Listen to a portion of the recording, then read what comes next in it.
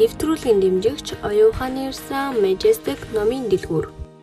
Сайн байцгаана үзэгчдээ, Номын ертөнц нэвтрүүлгийн нэгэн шинэ дугаар Улсын их төлөвийн 6 давхар буюу оюуханы ресторанаас үзэгч уншигч та бүхэнд хүрэхэд бэлэн болж байна. Энэ удаагийн дугаарын зочин Монголын анхны цуврал аимшигын зохиолыг бичсэн Ууган Баярыг урьж оролцуулж байна. Танд энэ өдрийн мэндийг хүргэе. Өдрийн мэнд хүргэе. Урьсанд баярлалаа. Бүгдэнд нь өдрийн мэнд хүргэе. За, тун утгагүй халаа өний баяр болох гэж байна. Тэгэхээр та бүдээрээ соёлоо нэг аимшигын төржөөс гэж байна. Харин тийм. Тэгээд сүүлийн үед манай хүүхд залуучууд бас энэ халууны баярыг бас их анхаарч бас ач холбогдол өгдөг болсон. Тэгээд тийм болохоор бас үзэгч хүүхдүүд залуучуудаа хүндлээд бас бид хоёр бас жаахан дүр төрүүлээ. Тэгэхээр Ууган Баяраас одоо мэдээж хэрэг хамгийн түрүүнд асуух асуулт бол шинэ ном өнөөдөр уншигчтай гарч ирж байна тий. Гал зохиол одоо Dark Books цувралын хиддэх ном болж байгаа л энэ Dark Books цуврал цаашид хэдэн одоо цувралаар үргэлжлэх юм бэ? Энэ Dark Books цуврал маань анх 2006 оноос л ер нь эхэлж анхны ном гарсан. Гал номын хувьд бол одоо дөнгөж одоо хэвлэлтээс гараад цөөн хэдэн хоног л өнгөрч байна да. Dark Books цувралын энэ гал ном маань тухайн цувралынхаа 7 дугаарх ном болж гарч байгаа. Тэгээд яг урдын бусад өмнөх цувралуудынхаа нэгэн адил аимшиг адал явдалт зохиолуудыг эмхтгсэн Батраа нийтдээ 5 зохиолоос бүрдсэн ийм ном байна да. Тэгээд яг зарим уншигчдын гар дээрээс хүрээд эхэлж гисэн ингээд өнөөдөр явж байна. Тийм. Нэг өглөөхөн пост тавьсан чи ганц гарын үсгтэй ном авчихсан гэсэн нэг тийм юм олж харлаа. Тий. Тэгээ би бас яг бас ажлуудтай тулгамдаад хожуухан бас зарласан байх. Тэгээд манай төрүүлж авч уншсан уншигчид маань их өндөр сэтгэлтэй байгаа. Тий. Ер нь бол гал байна л гэж тэгж хэлээ. Тэгээд энэ дээр нэг юм асуух болохгүй. Монголын анхны цуврал аимшигын зохиолуудыг бичиж хэлсэн гэж. Тэгээд анх ерөөсөө аимшигын номнууд бичигддэггүйсэн гэсэн үг. 2006 байлгүй яхаа байсан байна. Цуврал гэдэг утгаараа байх. Яг хоо тэгээд тухайн үед 2006 2000 оны ихэнх үед чинь ихэнхдээ нэг тийм болсон явдал маягийн зохиолсон. Тэрийг л нэг тийм аимшигын одоо явдал аимшигын болсон явдал ч гэдэг юм уу тэр талаас нь л хүмүүс ер нь харах байдаг байсан. Яг аимшигын зохиол гэдэг тийм нэршил ер нь байсан юм болоо да. Яг нь ч тийж нэрлэлтгүй болсон явдал гэсэн. Ер нь болсон явдлын хууч яриа тий одоо тэгэл нэг домгоосоо улбаалсан тэгээд нэг маам дамжсан ярианууд тэрийг одоо аимшигын яриа болгож ярьдаг тийм яг зохиол болгочихгүйгүй яг аимшигын зохиол гэдэг ингээд нэг хэвлэлцэн ном ер нь би бол мэдэхгүй байна. Бас хэрвээ байхгүй гэлчвэл бас буруу болчих юм болов бас сайн судлаагүй байж. 2006 онд чинь яг чиний одоо яг номын ертөнц рүү анх орсон ихтэл яг ном сэнтэй холбоотойгоор тий тэр төгөөг хоёлаа хуваалцъя гэж бодож байна. Яг анх тэр үед чинь 2000 оны их үед оюутан байлаа. Тэгээд хичээлийнхэн бус цагаар сонины газар нөгөө сони макет хийж сони дизайн хийдэг юм ажил хийдэг юм оюутан хүү байсан. Тэгээ тэр үед яг нөгөө сони газар ажиллаж байгаагийнхаа даваа талыг ашиглаад гэхүү яг 10 жилд байхаасаа эхлээд уран зохиол хичээлдээ түлхүү сонирхолтой зохиомжлогууд энэ төр бичгтэй аз жаргалтай тийм хүүхэд байдаг байсан л. Тэгээ тэр нэг жаахан багахан зэргийн даваа тал байсан юм уу да. Сонинд ажиллаж байхдаа би бас редактортай хандаад би өгүүлэл бичээд үзвэл болох болов гэсэн чинь харъя үзээгээд. Тэгээ анхныхаа өгүүлэлгийг бичсэн чинь нөгөөдгийг маань шууд сониндээ нийтэлчихсэн тий. Тэгээд тэгсэн чинь өгүүлэл чи юу байлаа? Хамгийн анх бол миний яг аимшигын зохиолоор эхлэв шүү дээ. Хайр дурлалын сэдвтэй өгүүлэл ихэлсэн. Яг сонинд анх нийтлэгдсэн миний хамгийн анхны аимшигын өгүүлэл бол одоо хөргөгч нарт өгүүлэл. Шулмын нэт номонд байгаа. Хайр дурлалын тухай өгүүлэл бичээд хүмүүсээ хайр дурлалаар ингээд явах боломж өгөн байсан юм шүү. Байсан. Миний одоо анхны ном чи өвлөх өгөө цэцэг гэдэг нэртэй тийм хайр дурлалж амьдралын сэдвийг хүндсэн богино өгүүлбэрийн төвөр байлаа л та. Тийм 2003 он байлгүй 4 онд гарч ирсэн анхны ном. Тэгээд тэнд ч дандаа л нэг сонинд биччихсэн тийм өгүүлбэрүүдээ эмхтгэхэд ном болгоод гаргаж үзчихсэн байхгүй. Тэгээд тэрийг одоо гаргаад би хүн ингэж сонирхож үзэн ч гэж тухайд найдаж бодож байгаагүй баг нэг өөртөө зориулаад гэх юм уу орчин тойрныхондоо зориулаад л гаргасан. Тэгсэн чинь тэр маань хүмүүс бас хөөхөн бас нэг хэрэндээ сонирхол татаад явахаар нь урамшаад ер нь цаашдаа та бичсэн тий. Яг хөө тэгээд эхний хэдэн тийм хайр дурлалын сэдвтэй өгүүлэлгүүд явж ирсэн аа.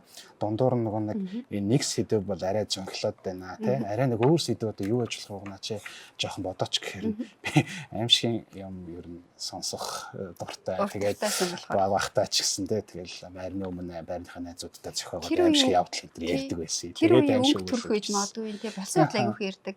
Дээрээс нь ингээд тийм нэг хөдөө орон нутагт болсон тийм амар юм байдаг гэдэг энэ тийм амар юм байдаг нэгэл энэ тэндээс болсон болоогүй мэддэхгүй баахан л юмнууд ярьцгаадаг тийм. Тий яг үнэхээр болсон юм болоогүй юм мэдэхгүй тэгэл хүмүүс нэг аимшигын гэдэг зүйлээ ярьдаг бие биендээ. Тэгээд тэрийг намнаас амд амжихтай хүмүүс чинь өөрөөхөөрөө нэмж хачирсараа байгаад баргаж тийм.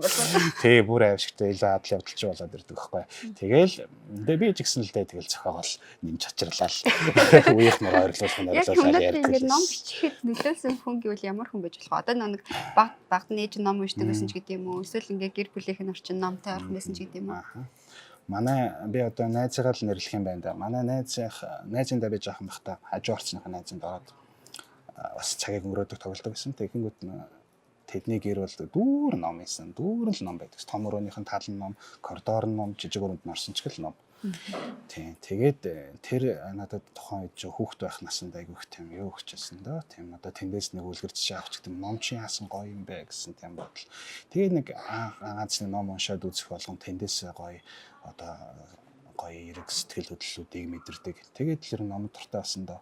Яг нэг аимшигын зохиол дээр ч одоо анханасаа мэдээж ингээл дөрлүүлээ шууд буугаагүй шүү дээ. Тэгээд бүх төрлийн ном уншижсэн. Тэгээд эхлээд уншдаг л байсан да. Их уншигч л хүүхдтэй байсан.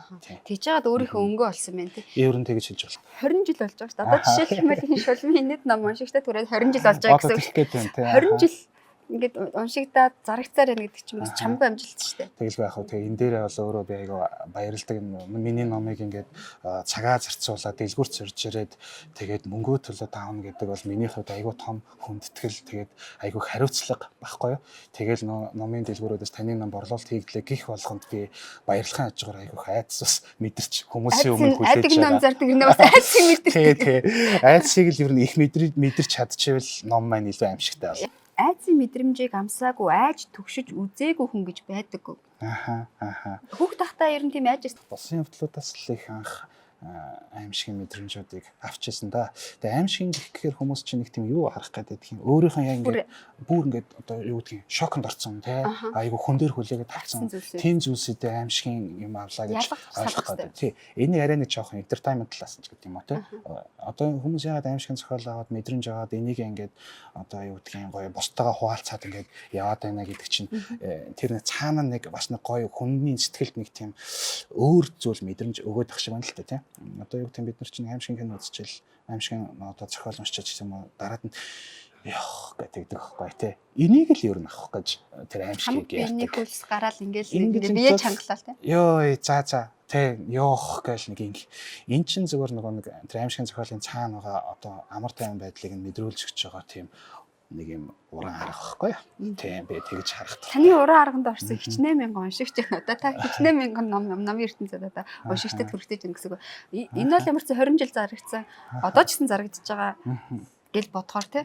Тийм одоо энэ дарга бүгс цуврал маань юу вэ? Нийт сүлд манай нэг уншигч ганаа маань тоолсон 38 байлуу да тий. Би ганц нэг ойрхон тоо зөрүүлсэн байж магадгүй. Тэгээд шулмын нийт бол мэдээж хамгийн олон хүн уншсан байгаа ах одоо нөгөө гарсан цагийг харахад түүнээс шиг нарийн одоо тоог нь бол мэдэхгүй юм.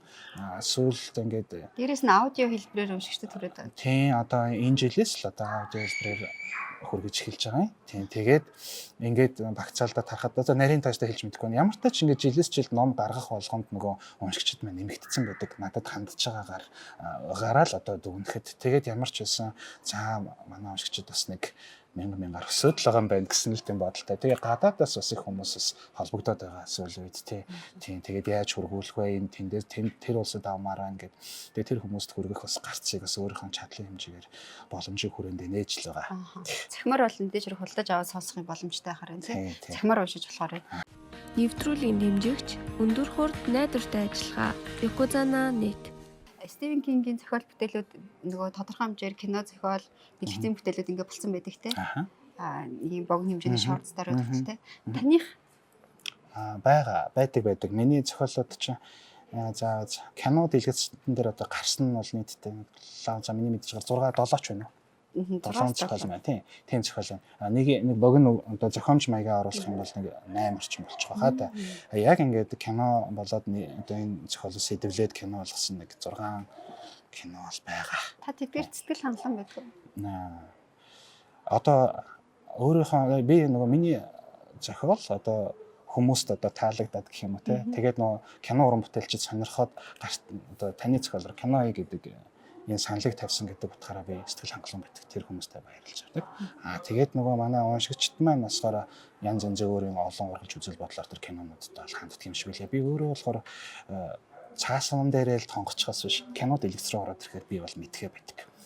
Ер нь кинороо ороод ирэхээр их олон асуудлуудыг үүсгэл юм байл л дээ. Би бол цаасан дээрээ нэг дүрээ амьлуулаад өөрөө толгойдоо бодоод төсөөлөөд те. За энэ хүн бага бахта нэг анх энд нэг тийм траума тохиолдчихсан те. За нэг ийм өвчтөд ч тийм үү те. Бага бахта ийм сэтгэл зүйн юм авчихсан. Эсвэл нь одоо ийм амжилтанд хүрээд явжсэн. Гэхдээ энэ шүн болгоо нэг л төрлийн хардарсан зүудэлдэг ийм 17 18 насны юм хүү байжээ гэд ингээ бодоод ирэнгүүт тэр хүүхдийн ерөнхий дүр төрх ангийнхантайгаа харилцаж гэдэг юм уу. Олон зүйлүүд нь тодорхой болоо гараад ирдэг. Тэрийг би дотроо төсөөлөө тэр болгоныгоо номныхон цаасан дээр тоочж бичдэг байхгүй. Зүгээр яг тэр хүүхдээ би өөрөө таньсан. Тэгээд гол үйл явдлаа бацаж бичнэ. Кино болоод ороод ирэхээр тэрийг одоо бүр тэр дүрийг тийм арай өөрөөр дүрслэн харуулах. Тэгэл нэг таарсан тоглолт юмныг нь хийх. Тэгсэн мөртлөө тэр нэг кинод илгэцчихсэн. Амар олон одоо зүйлүүдийн үр дүнд одоо бүтчихэдэг зүйл байлээ шүү дээ багаар ажиллах. Тэр болгоныг би нэрлж мэдэхгүй болохоор кинон дээр болохоор нэг тийм одоо акцент өгөөд яриад байхаас жоохон болгоомжлно. Зохиол дээрээ бол сайхан сэтгэл хангалуун байдаг. Намайг тоогоод гараад ирсэн ингээд баярлаа тийм кино болгоё гэдэг. Ер нь бол хүн дэмжин туслagчид бол хамгийн чухал байдаг тийм. Таныг намаа бичгээд гэр бүлийн хүн чи яаж дэмждэг вэ? Таны ойрын зөвлөгч хэн бэ ер нь? Мэдээж манай эхнэр л дээ. Эхнэр маань миний редактор. Тэгээд л хамгийн их уншигч маань болчдөг. Зохиолоо ингэж бичүүл яасан бэ гэдгээс зөвлөгч тийм байхгүй. Тийм байхгүй. Тэр зөвлөгч чинь бол одоо ер нь өдөр тутмын бүх кейсүүд. Тийм. Авдаг санаанууд ч гэдэг юм уу. Одоо жишээ нь би юм байна л да. Өдөр тутмын кейсүүд хэр чинь? Магадгүй одоо дэлгүүрийн лангуунд би очрлоо зогсчихлоо гэж бодъё те. Нэг сүү авцсан. Урд ингээд байж тэл. Тэгэнгүүт тог тасарчвал яах вэ гэж зүгээр гинт төсөөлөгддөг байхгүй. Би ягаад тэрийг төсөөлж юм гэхээр би аимшигын зохиол бичиж бичээд явж байгаа. Тэгэнгүүт нөгөө нэг тог тасраад пад хаав харанхуй болцсон. Тэгээ шөнө өрөө болцсон байла. Дэлгүүрийн хаалга ямар нэгэн тодорхойгүй шалтгаанаар төгжигдсэн. Тэнд дотор 5-6 хүн кассан дээр төгжигдсэн. Орчинд бүгд пад харанхуй боллоо. Ийм нөхцөлд юу болох вэ? Хүн ямар сэтгэлд төрөх вэ гэж гэдэг юм уу те. Тэгэнгүүт тэр нөгөө нэг хинч байхгүйсэн сүүлийн одоо дэлгүүрийн худалдаа авахч байсан хүмүүний чинь хойно одоо нэг пицца хийдэг газар нэг дахиад шаргаалч гэдэг юм уу. Тэнд хэн байгаа нь үл мэдтгэх энэ нөхөр эргэлдэл хутга заазуур хавираад байгаа чимээ сонсогдлооч гэдэг юм уу. Энд чи яаж гээд энэ төсөөллөд орж ирээд байна гэхээр яг тэр өдөр тутмын кейс гэдэг чи тэрийг хэлээд байгаа юм л да. Алхам тутамдаа хайж авдаг дүрслэлүүд энэ хэрвээ ийм болж хувирвал энэ яаж хүнд нөгөө нэг аимшигтай адал явдалтай тийм нөхцлүүдийг өгөх вэ гэдэг. Тэгээд энийг тэмдэг иймэрхүү зүйлүүдийг бодоод лайн тэгэл миний дүр чинь ингэж явах хэрэгтэй юм байна. Дэлгүүрт ингэж очрлох хэрэгтэй юм байна.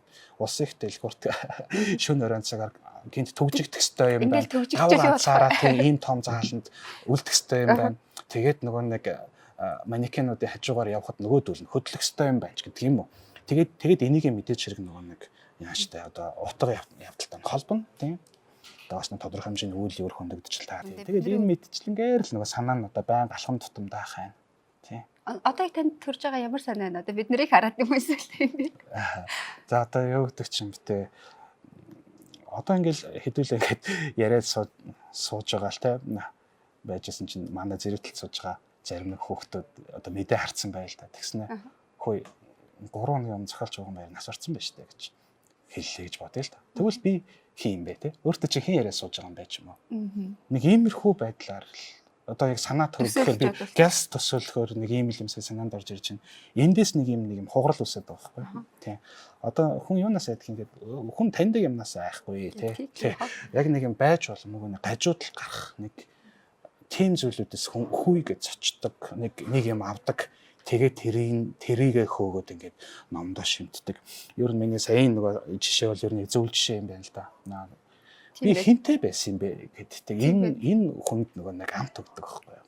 Тийм байна. Тэгэхээр нэг ямар нэгэн сайн бүтээл ингээд төр өгөх юм бол ямар нэг стандарт гэж байгаа шүү дээ. Тэр стандартын зураасыг шинээр зурж яадаг. Нэгсэндээ амжилтыг бий болгож яадаг гэсэн үг шүү дээ. Тэгэхээр магадгүй таны энэ номдоос таны хамгийн сэтгэл төрсөн. За энэ л одоо хэдэн жилийн дараа миний номноос уншигдах номдаг бол аль ном вэ? Тэгвэл би ямар ч хэрэгэл зөв шөнийн гिचинг нэрлэнэ. Шөнийн гिचин ном. Шөнийн гिचин өөрийн гिचин гэдэг хоёр ном байдаг. Гэхдээ энэ хоёр минь яг цэвэр хоороор аимшигын төрлийн ном биш.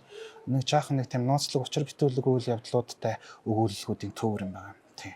Энийг л нэрлэн дээ. Би одоо ямар ч хэрэгэл зөв шөнийн гिच ингээл нэрлэх гээд. Шөнийн гिच. Mysterious маягийн өгүүлэлгүүд санхилсан өгүүлэлгүүд байдаг. Анх таныг бичиж эхлээд мэдээж хэрэг нөгөө таны редактор бол ингэж урам өгчсэн байна тий. Өнөөдөр хүртэл явах магадгүй хамгийн сайхан шатыг тань тавьж өгсөн байна. Магадгүй. Тийм ээ тий. Тэнгүүт мэдээж хэрэг эндээс болчих. Би яг мэрэгчлэрээ ажиллачий гэсэн өдрүүд танд ирж байгаа. Та ч уг нь өөр мэрэгчлээ шүү дээ. Тийм. Би ч уг нь англи хэлний чиглэлийн мэрэгчлээ гэж сургуультай л эзэмшсэн баггүй. Тэгэхдээ одоо мэрэгшил болоод явцсан зүйл маань би чинь хэвлэлийн дизайнер хүн л дээ. Сонины нөгөө макет хийдэг рүү ярьчихсан шүү дээ. Сонины дизайн. Сургуулийн төвшөө олохын тулд сонины макет хийж хэлсэн дээр зохиолчдаг болсон.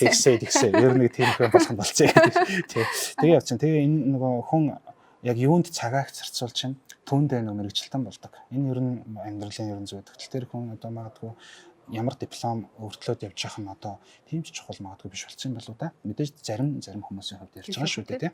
Тэгээд юунд цагааг зарцуулна? Чи түүндээ мэрэгчлэн болно. Тэгэхээр би нэг сургалтын төлбөрийг олох гээд ч амьдралаа залгуулах гээд ч мөнгө олох гээд ажил хийж байна тийм үү. Тэр ажил дээр би ихэнх цагаа зарцуулж байна. Тэгэнгүүт би тэрэн дээрээ жоохон мэрэгшиж ирсэн хэрэг байхгүй. Тэгээд тэрэндээ нэг зөв зүйлд хаазуулж миний хувьд мэрэгшсэн. Би өөрийнхөө дуртай зүйллөө ингээд бичээд байсан чинь тэр маань надад ядралт гэхээсээ илүү амралт өгөөд байсан учраас би ажил дээр хонжомжоо суудаг байсан. Тэгээд тэр зүйлүүд маань эргээд миний давуу тал болцсон. Тэгээл одоо нэг л мэдхэд нэг иймэрхүү ингээл нэг амьдралын зам уртай хүн болцсон сууж идэм байна. Тийм.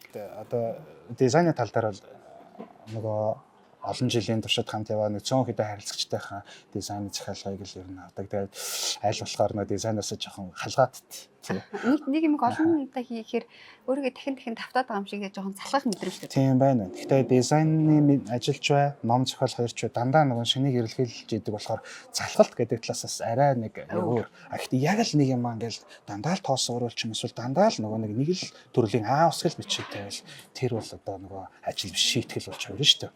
Тийм болохоор нөгөө дизайн чинь шинэ өмнө нь ийм гоё юм зохиомж байгаагүй ийм номын дизайн гаргах хэрэгтэй ч гэдэг юм уу. Тийм шаардлагууд үүсч идэг болохоор нэг тийм юу байхгүй аль ажил маань бас гоё амттай л байгаа. Амттай л байгаа.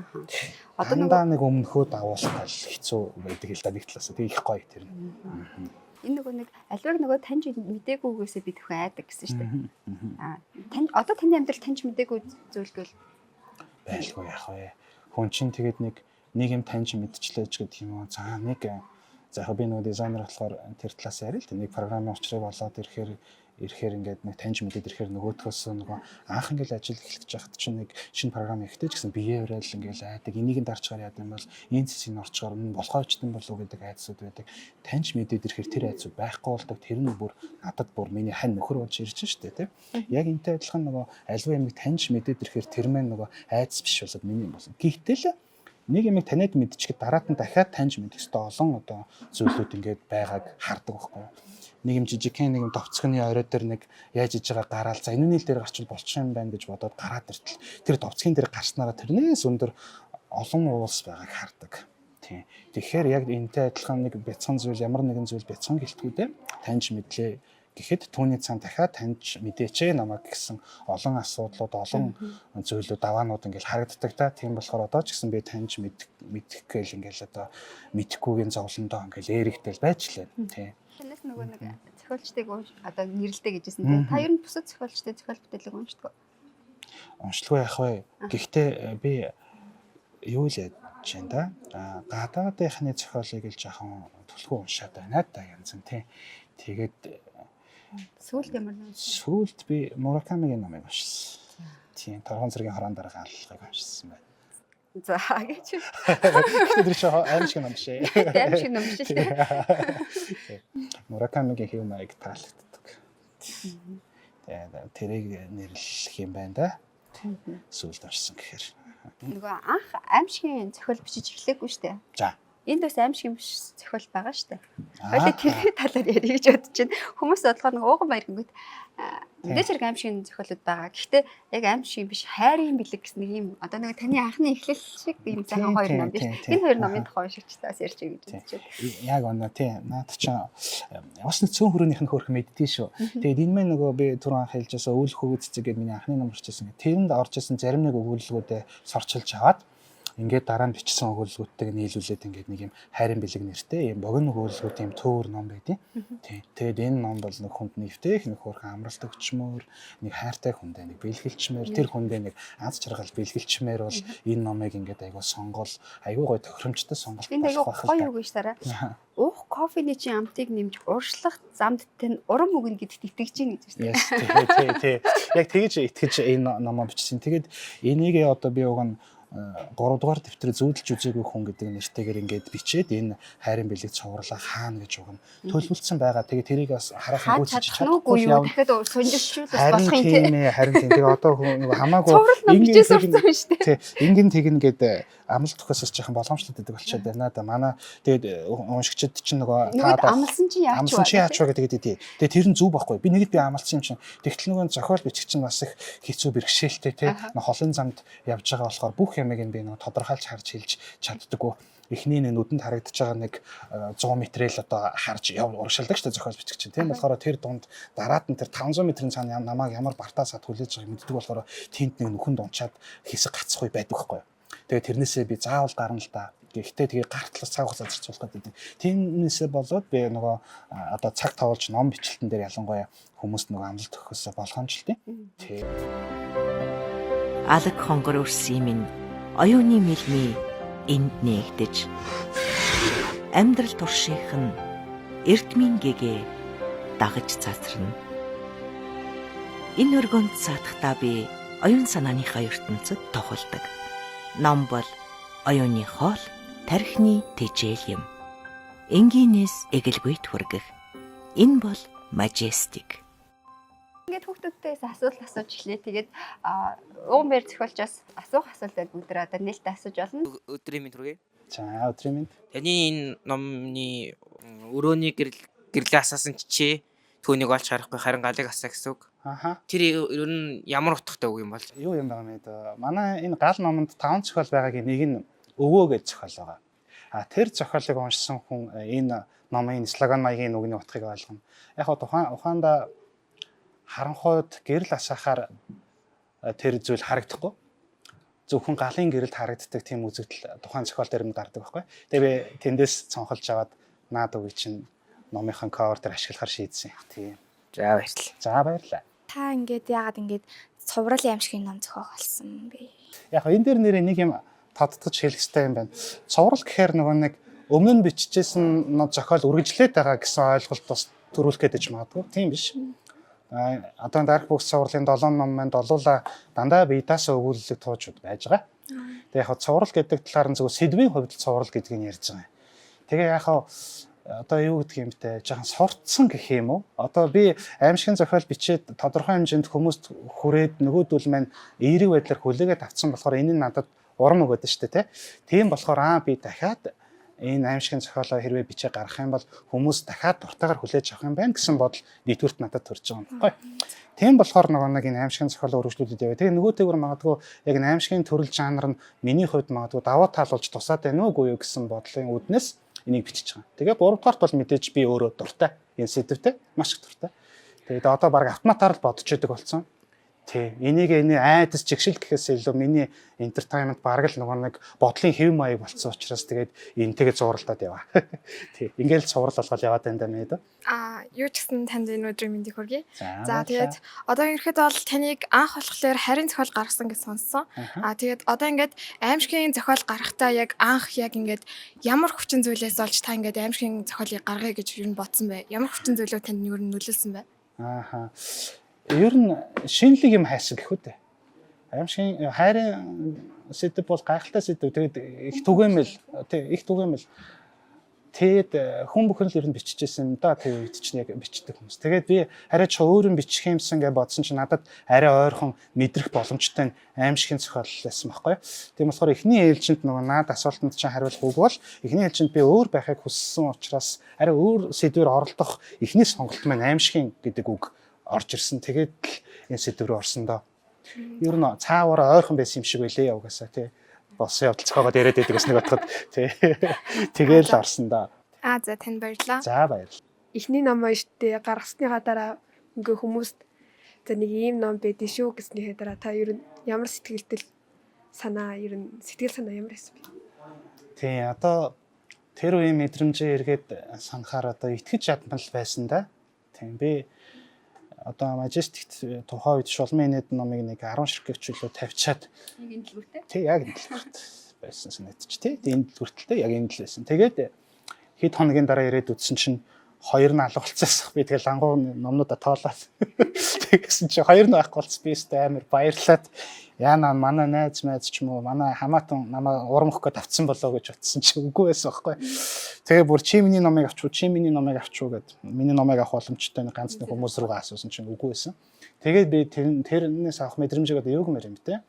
Итгэж чадмал байсан гайхалтай байсан. Тэгээд миний номыг хүн ингэж авчлаа гэж одоо гээд тэгээд яванда ер нь авах юм байна гэдэг ойлголтонд хүрээд тэгээд улам илүү хариуцлагатай бичих хэрэгтэй юм байна. Улам илүү адал явдалтай байх хэрэгтэй юм байна. Илүү гоё сайхан уран найруулгатай байх хэрэгтэй юм байна гэдэгтэр илүү хичээж бичдэг болсон доо.